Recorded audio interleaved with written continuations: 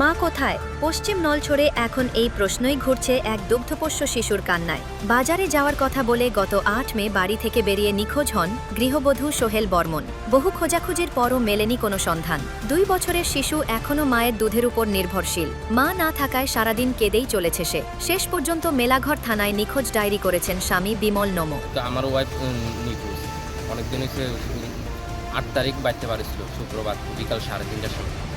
তারপরে একটু অনেক জায়গায় খোঁজাখুঁজি করছি, আত্মীয় স্বজন বাড়ির যা আছে সব খোঁজাখুঁজি করছি, তা সত্ত্বেও খুঁজে পাইনি।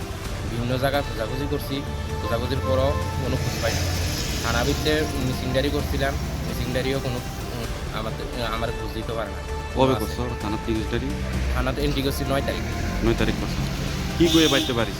তো বাড়িতে কইয়া বাড়িছে যে বাজারে আইতেছে, একটু দরকার আছে। কোন জায়গায় বিয়ে করছো? বিয়া করছি আগরতলা বাটিগুলো। ছেলে সন্তান আছে নাকি? ছেলে সন্তান আছে 2 জন। একটা আছে 2 বছরের বাচ্চা, একটা আছে 6 বছরের বাচ্চা। তোমার স্ত্রীর নাম কি? আমার স্ত্রীর নাম হচ্ছে সোহেল বর্মন। মানে এখন পর্যন্ত কোনো উদ্দেশ্য হয়েছে না? না, অন পর্যন্ত কোনো উদ্দেশ্য পাইছি না। যেখানে খবর পাইতেছি এখানে যাইতেছি, যাই কোনো বুঝ পাইতেছি না। এমন কোনো বা পরপুরুষের সঙ্গে কথা বলে বা কথা বলতো তো অনেকখানে, বান্ধবীর সাথে কথা বলতো, তারপরে বাড়িতে কথা বলতো। আমি তো অনেকবার দেখছি ফোন ট্রাই করে যে বান্ধবীর সাথে কথা হয়। তারপরে আমি সকালে 7টার সময় কাজও যাইতাম গা, রাইতে 10টার সময় বাড়িতে আইতাম। এর মধ্যে কী হয়েছে আমি কইতে পারি না। বাচ্চাগুলো কি এখন তোমার আন্ডারে? বাচ্চাটি আমার আন্ডারে।